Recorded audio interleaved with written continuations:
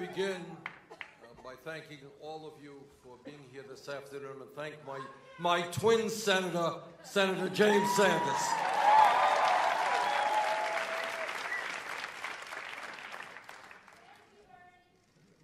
The American people are catching on.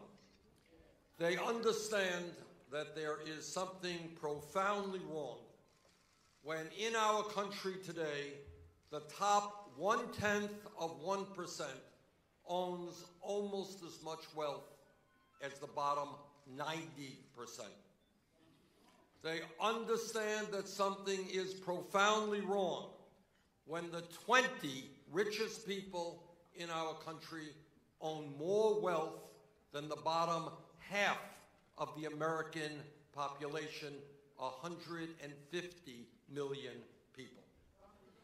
They know that the system is rigged when the average person is working longer hours for lower wages, and yet 58% of executives on Wall Street have extraordinary power over the economic and political life of our country.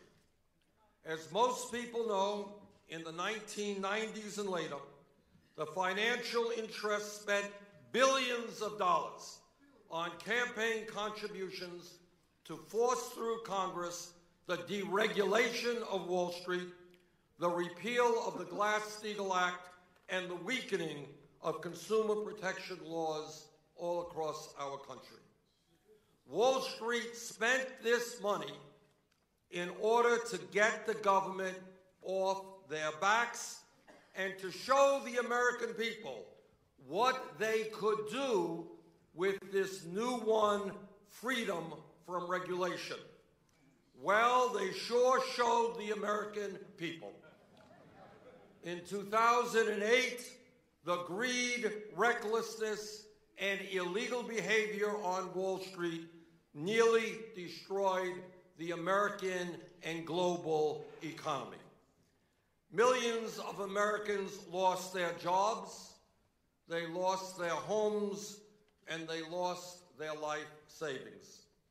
While Wall Street received the largest taxpayer bailout in the history of the world with no strings attached, the American middle class continues to disappear, poverty is increasing, and the gap between the very rich and everyone else continues to grow wider. And Wall Street executives still receive huge compensation packages as if the financial crisis they created never happened. Greed, fraud, dishonesty, and arrogance. These are some of the words that best describe the reality of Wall Street today.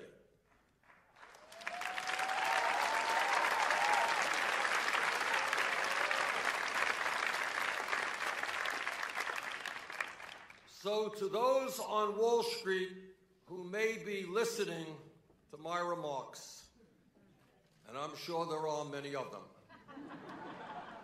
let me be very clear. Greed is not good.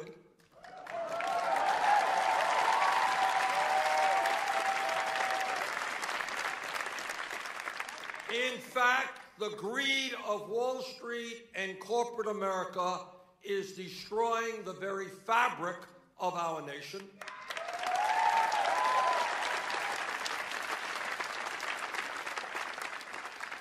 And here is a New Year's resolution that I will keep if elected president, and that is, if Wall Street does not end its greed, we will end it for them.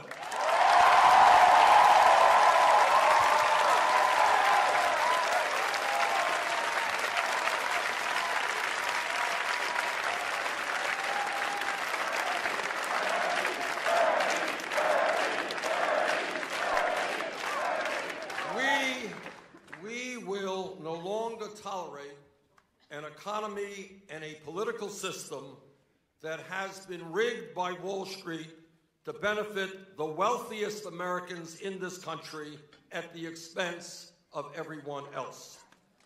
While President Obama deserves credit for improving this economy,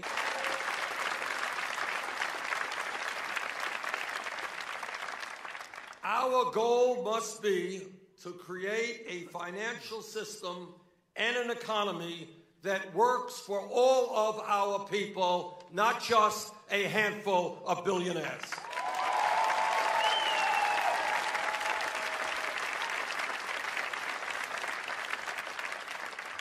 That means we have got to end once and for all the scheme that is nothing more than a free insurance policy for Wall Street, the policy of too big to fail.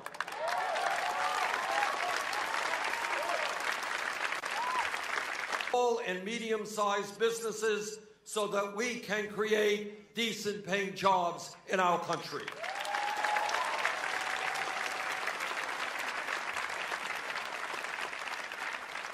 Wall Street cannot continue to be 2008.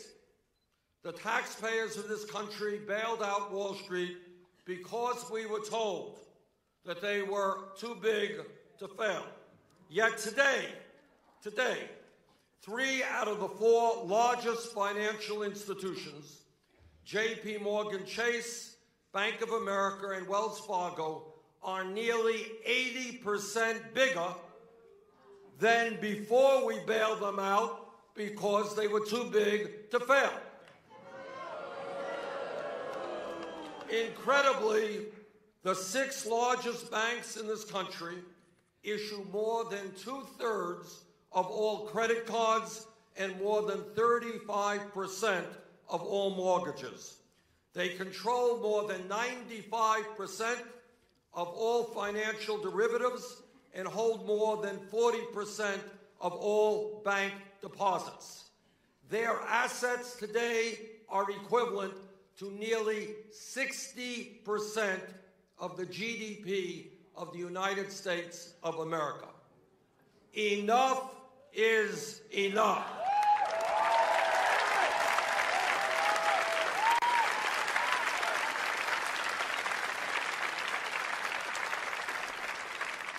If a bank is too big to fail, it is too from a risk perspective and the fear of another bailout.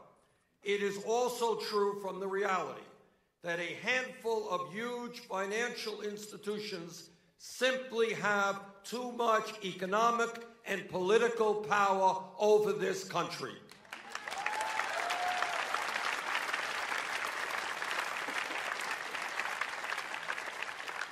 If Teddy Roosevelt, the Republican trustbuster, were alive today, he would say, "Break them up," and he would be right.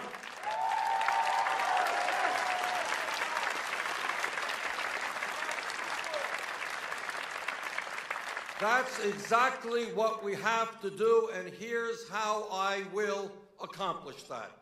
Within the first 100 days of my administration, I will require the Secretary of the Treasury Department to establish a too-big-to-fail list of commercial banks, shadow banks, and insurance companies whose failure would pose a catastrophic risk to the United States economy without a taxpayer bailout.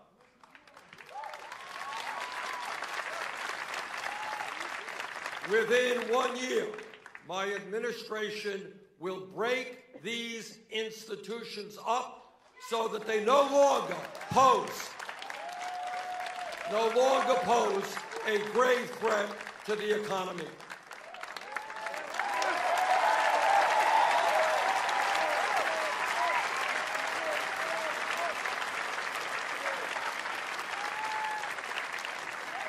And together we will reinstate a 21st century Glass-Steagall Act to clearly separate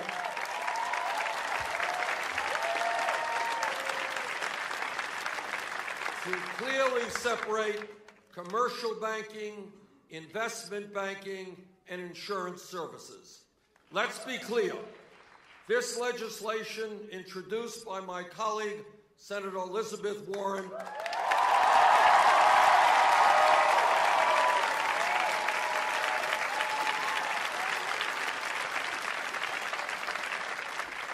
her legislation aims at the heart of the shadow banking system. In my view, Senator Warren is right. Dodd-Frank should have broken up Citigroup and other too-big-to-fail banks into pieces. And that is exactly what we need to do, and that is what I commit to do as President of the United States.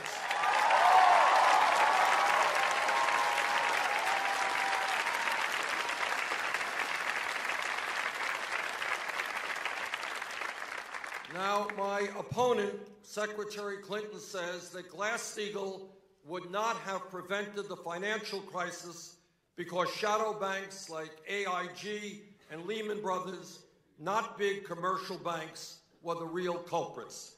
Secretary Clinton is wrong.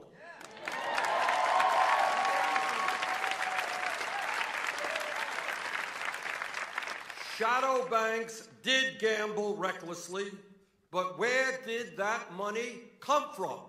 It came from the federally insured bank deposits of big commercial banks, something that would have been banned under the Glass-Steagall Act.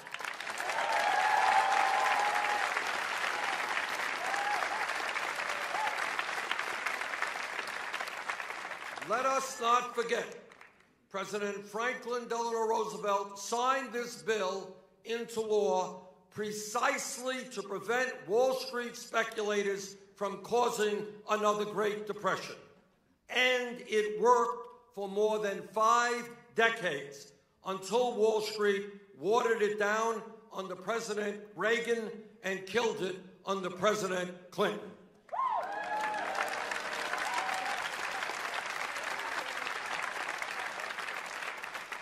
And let's not kid ourselves.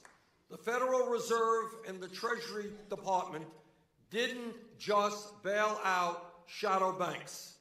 As a result of an amendment that I offered to audit the emergency lending activities of the Federal Reserve during the financial crisis, we learned that the Fed provided more than $16 trillion in short-term, low-interest loans to every major financial institution in this country, including Citigroup, J.P. Morgan Chase, Bank of America, Wells Fargo, not to mention large corporations, foreign banks, and foreign central banks throughout the world. Secretary Clinton says we just need to impose a few more fees and regulations on the financial industry. I disagree.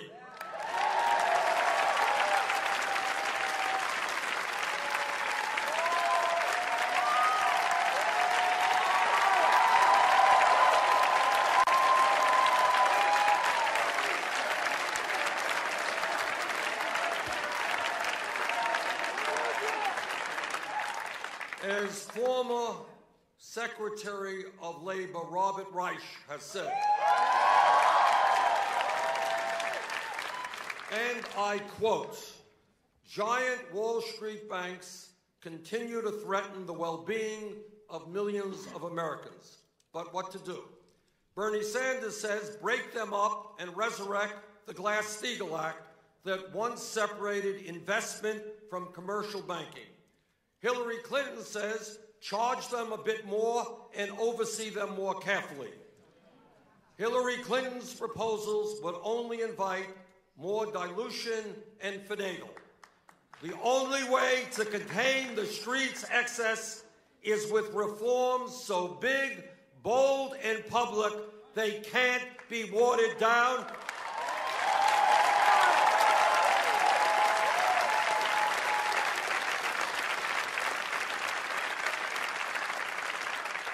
Busting up the biggest banks and resurrecting Glass-Steagall, end of quote, Bob Reich.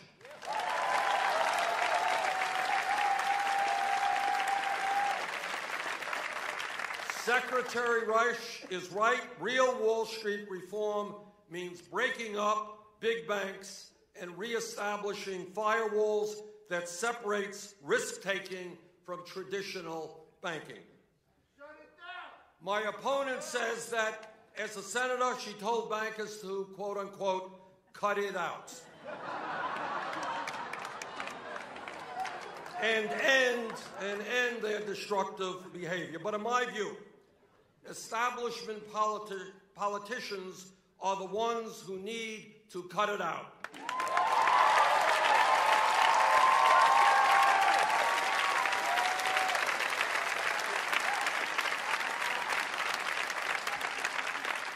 The reality is that Congress does not regulate Wall Street. Wall Street, it's... Hey.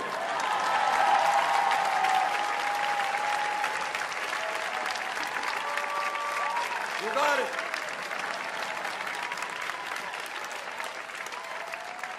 And you know what? As president, we're going to end that reality.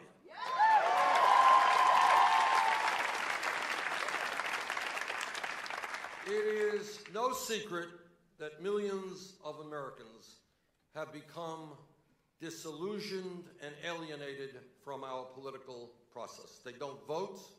They don't believe much of what comes out of Washington. They don't think that there is anyone there representing their interests.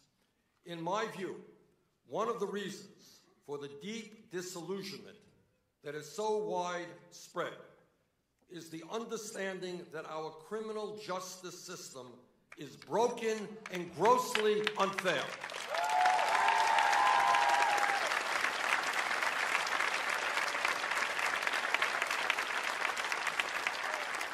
It is broken, it is unfair, and we do not have equal justice under the law.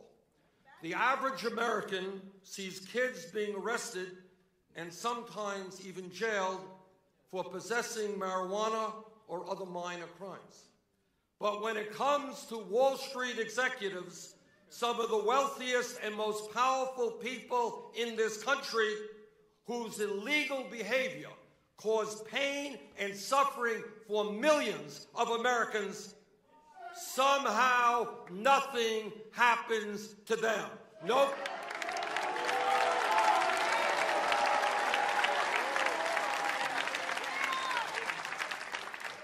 Their illegal behavior destroys our economy. Millions lose their jobs, their homes, their life savings. But for the CEOs of Wall Street, no police record, no jail time, no justice.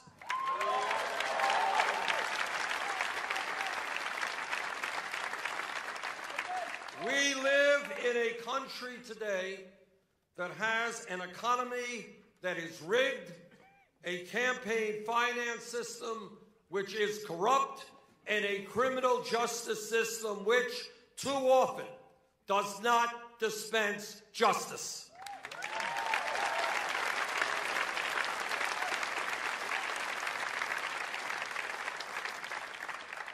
Not one major Wall Street executive has ever been prosecuted for causing the near collapse of our entire economy.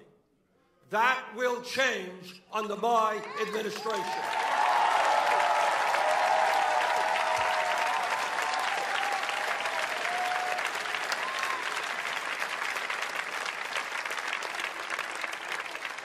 Equal justice under law will not just be words engraved on the entrance of the Supreme Court. It will be the standard that applies to Wall Street and all Americans.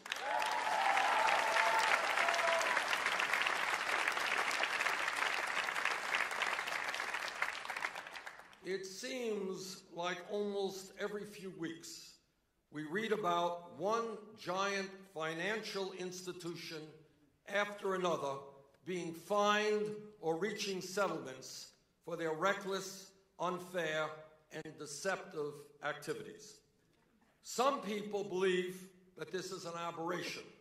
that we have an honest financial system in which every now and then major financial institutions do something wrong and get caught.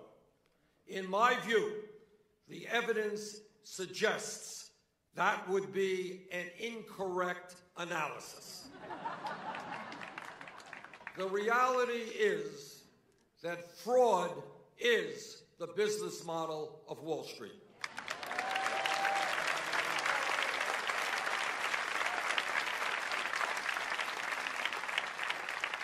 It is not the exception to the rule, it is the rule.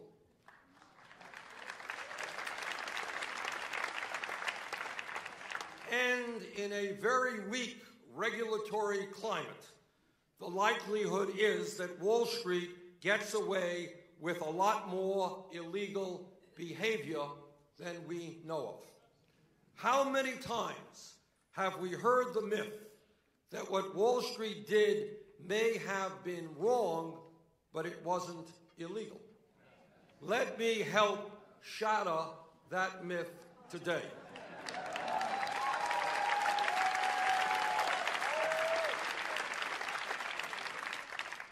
Since 2009, major financial institutions in this country have been fined $204 billion. $204 billion.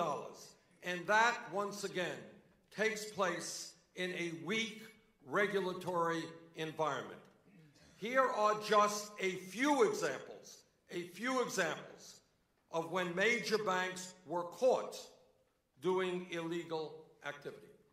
In August 2014, Bank of America settled a case with the Department of Justice for more than $16 billion on charges that the bank misled investors about the riskiness of mortgage-backed securities it sold in the run-up to the crisis. In November of 2013, J.P. Morgan settled a case for $13 billion with the Department of Justice and the Federal Housing Finance Agency over charges that the bank knowingly sold securities made up of low-quality mortgages to Fannie Mae and Freddie Mac.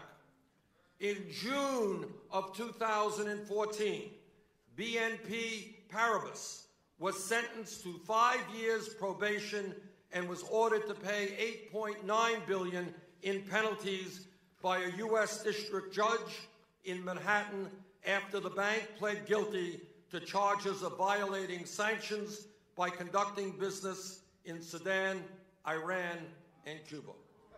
Let me, in addition, read you a few headlines, and you tell me how it could possibly make sense that not one executive on Wall Street was prosecuted for fraud. Just a few headlines. CNN headline, May 20th, 2015, quote, 5 big banks pay $5.4 billion for rigging currencies. Those banks include J.P. Morgan Chase and Citigroup. Headline from the International Business Times, February 24th, 2015. Big banks under investigation for allegedly fixing precious metals prices. The banks under investigation included Goldman Sachs and J.P. Morgan Chase. Headline from the Real News Network, November 26, 2013.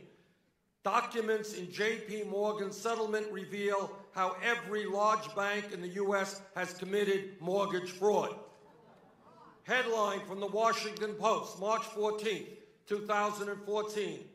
In lawsuit, FDIC accuses 16 big banks of fraud conspiracy. Banks included Bank of America, Citigroup, J.P. Morgan Chase. Headline from The Guardian, how a big U.S. bank laundered billions from Mexico's murderous drug gangs. This article talks about how Wachovia, which was acquired by Wells Fargo, aided Mexican drug cartels in transferring billions of dollars in illegal drug money. And this is what the federal prosecutor said about this, and he said, and I quote, "Wachovia's blatant disregard for our banking laws gave international cocaine cartels a virtual carte blanche to finance their operations," end of quote. Yet the total fine for this offense was less than 2% of the bank's $12 billion profit for 2009, and no one went to jail. No one went to jail. And if that's not bad enough, here's another one. Headline, Wall Street Journal, February 9th, 2011. J.P. Morgan apologizes for military foreclosures. Here is a case where J.P. Morgan Chase, the largest bank in America, wrecked the finances of 4,000 military families in violation of the Civil Service Members Relief Act, yet no one went to jail. And when I say that the business model of Wall Street is fraud, that is not just Bernie Sanders talking. That is what financial executives themselves told the University of Notre Dame in a study on the ethics of the financial services industry last year.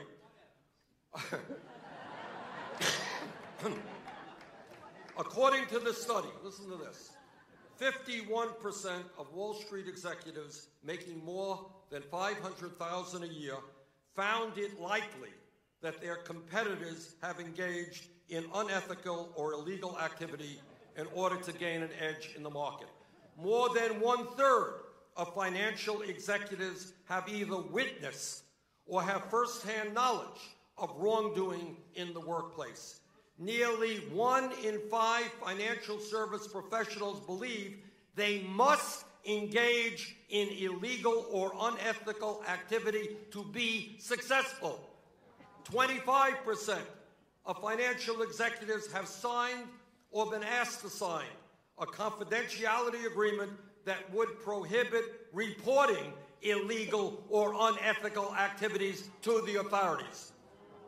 Here is what one banker from Barclays said in 2010 when he was caught trying to price fix the $5 trillion per day currency market. He said, and I quote, "If you ain't cheating, you ain't trying," end of quote.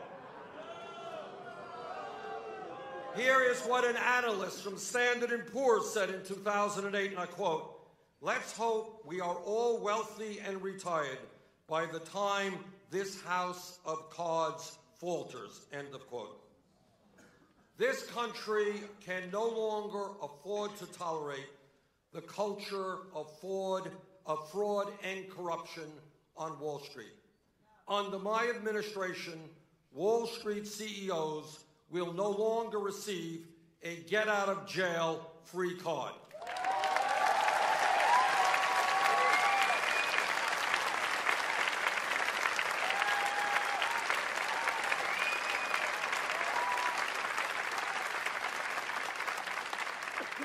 Not only will big banks not be too big to fail, but big-time bankers will not be too big to jail.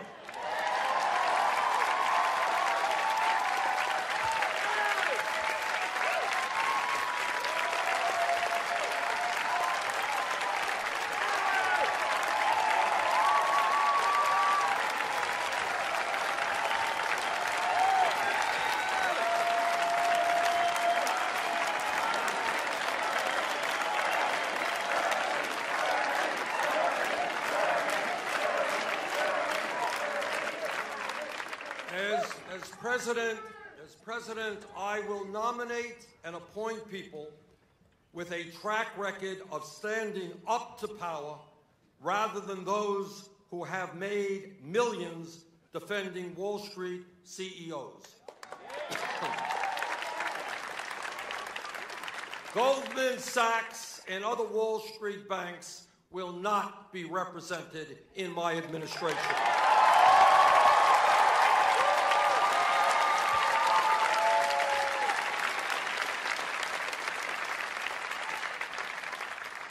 And if we are serious about reforming our financial system, we have got to establish a tax on Wall Street speculators. We have got to discourage reckless gambling on Wall Street and encourage productive investments in the job-creating economy.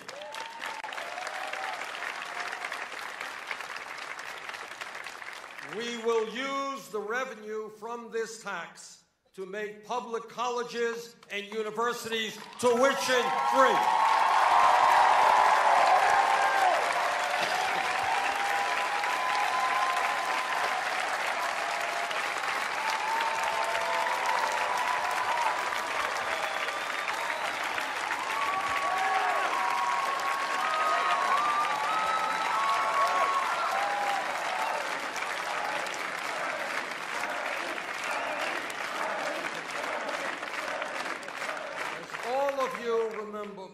During the financial crisis, when Wall Street's greed and illegal behavior nearly destroyed our economy, the middle class of this country bailed out Wall Street.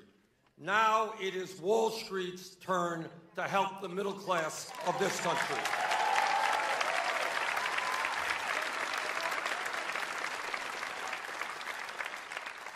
We cannot have a safe and sound financial system if we cannot trust the credit agencies to accurately rate financial products. And the only way we can restore that trust is to make sure credit rating agencies do not make a profit from Wall Street. The truth is that investors would not have bought the risky mortgage-backed derivatives that led to the Great Recession if credit agencies did not give these worthless financial products AAA ratings they knew were bogus.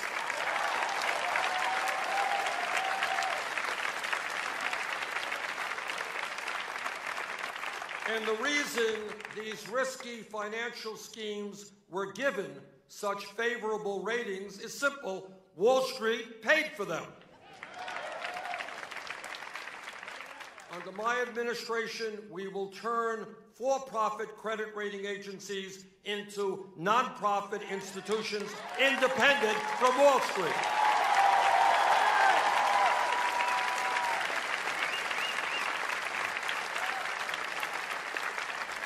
No longer will Wall Street be able to pick and choose which credit agency will rate their products.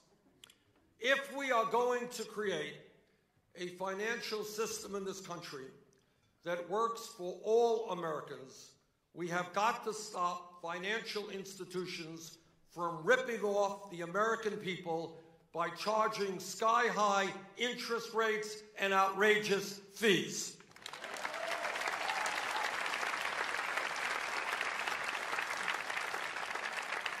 In my view, it is unacceptable that Americans are paying $4 or $5 in fees every time they go to an ATM.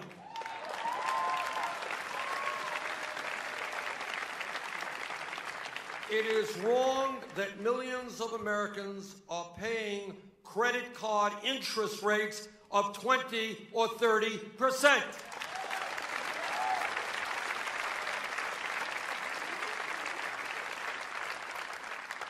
The Bible has a term for this practice. It's called usury.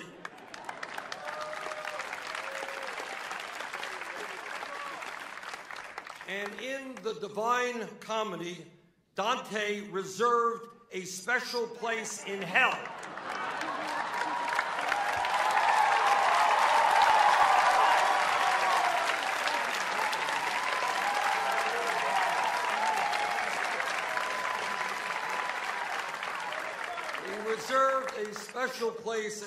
for those who charge people usurious interest rates.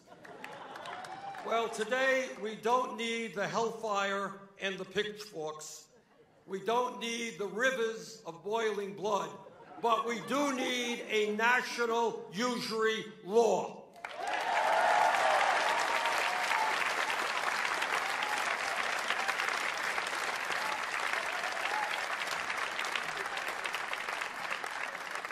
In 1980, Congress passed legislation to require credit unions to cap interest rates on their loans at no more than 15%, and that law has worked well. Unlike big banks, credit unions did not receive a huge bailout from the taxpayers of this country. It is time to extend this cap to every lender in America.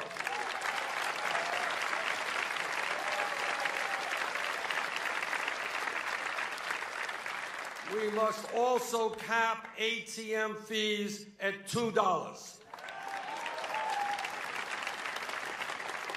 People should not have to pay a 10% fee for withdrawing $40 of their own money out of an ATM.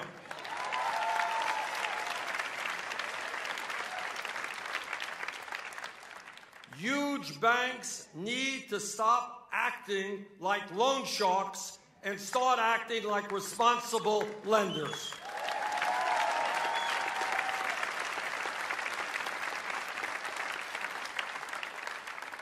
We also need to give low-income Americans affordable banking options.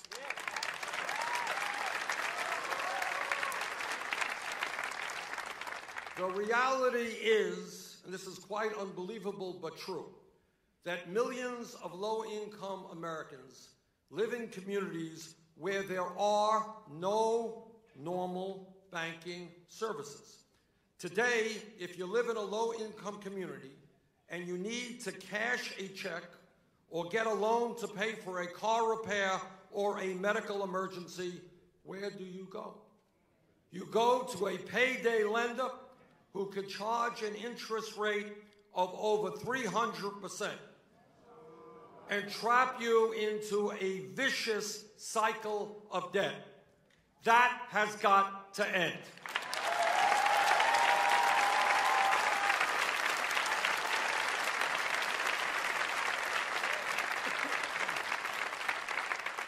We need to stop payday lenders from ripping off millions of some of the most vulnerable people in this country. Post offices exist in almost every community in our country. One important way to provide decent banking opportunities for low-income communities is to allow the United States Postal Service to engage in basic banking services, and that's what I will fight for.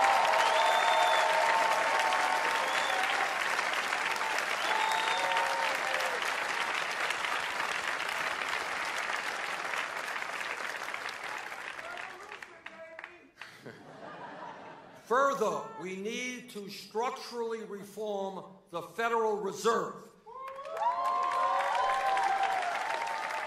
to make it a more democratic institution responsive to the needs of ordinary Americans, not just billionaires on Wall Street. When Wall Street was on the verge of collapse, the Federal Reserve acted with a fierce sense of urgency to save the financial system. We need the Fed to act with that same boldness today, that fierce sense of urgency to combat unemployment and low wages.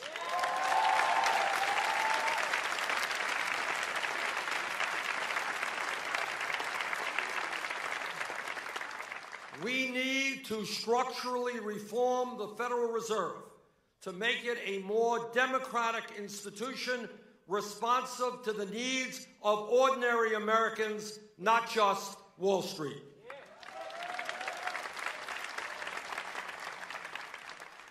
It is unacceptable that the Federal Reserve has been hijacked by the very bankers it is in charge of regulating.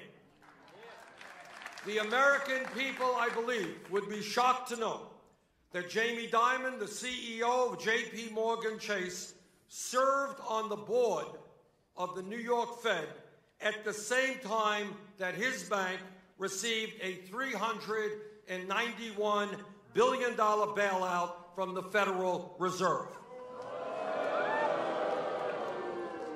That is a clear conflict of interest that I will ban as president.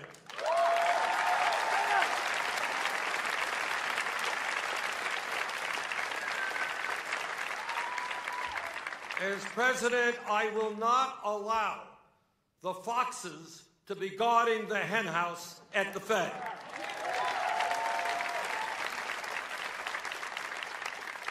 Under my administration, banking industry executives will no longer be able to serve on the Fed's boards and handpick its members and staff.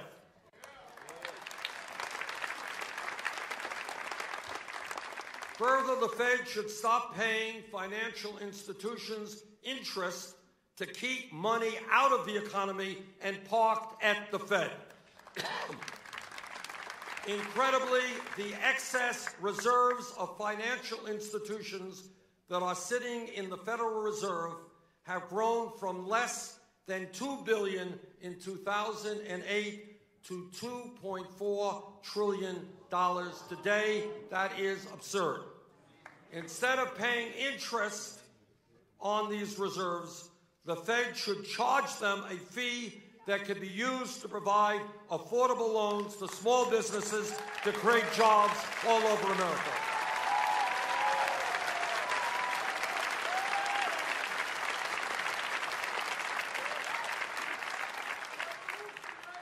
Let me tell you something that no other candidate will tell you. No president, not Bernie Sanders or anyone else, can effectively address the economic crises facing the working families of this country alone. No president can do it alone. The truth is, and it's important that every American understand this, the truth is that Wall Street, corporate America, the corporate media, and wealthy campaign donors are just too powerful. What this campaign is about is building a political movement which revitalizes American democracy, which brings millions of people together, black and white, Latino, Asian American, Native American, young and old, men and women, gay and straight, native born and immigrant, people of all religions.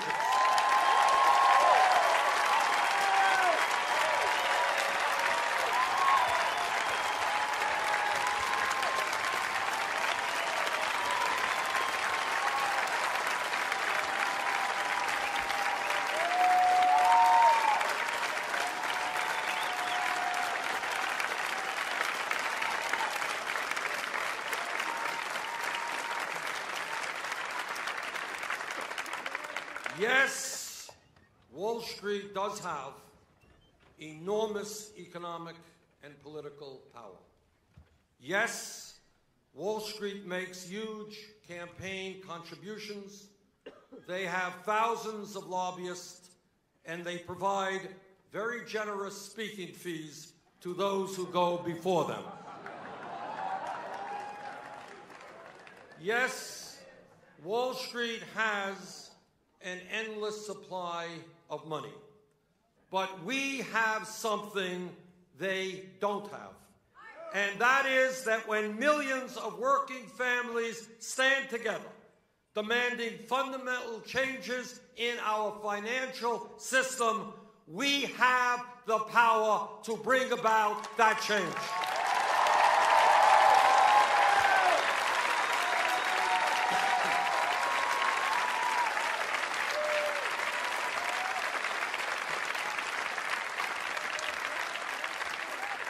Yes, we can make our economy work for all Americans, not just a handful of wealthy speculators.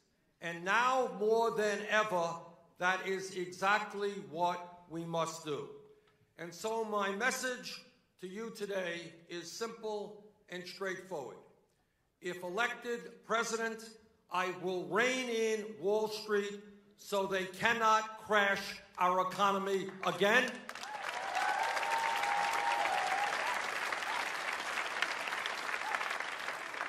Will the folks on Wall Street like me? No.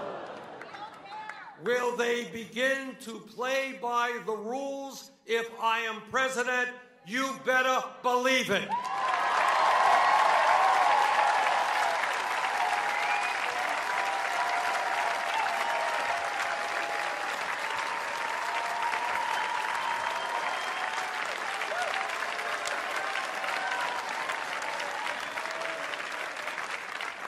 Thank you all for being here, and I look forward to working with the most powerful force in our great nation, not the barons of Wall Street, but the people of our government who are going to fight to create a government that works for us all, not just the 1%. Thank you all very much.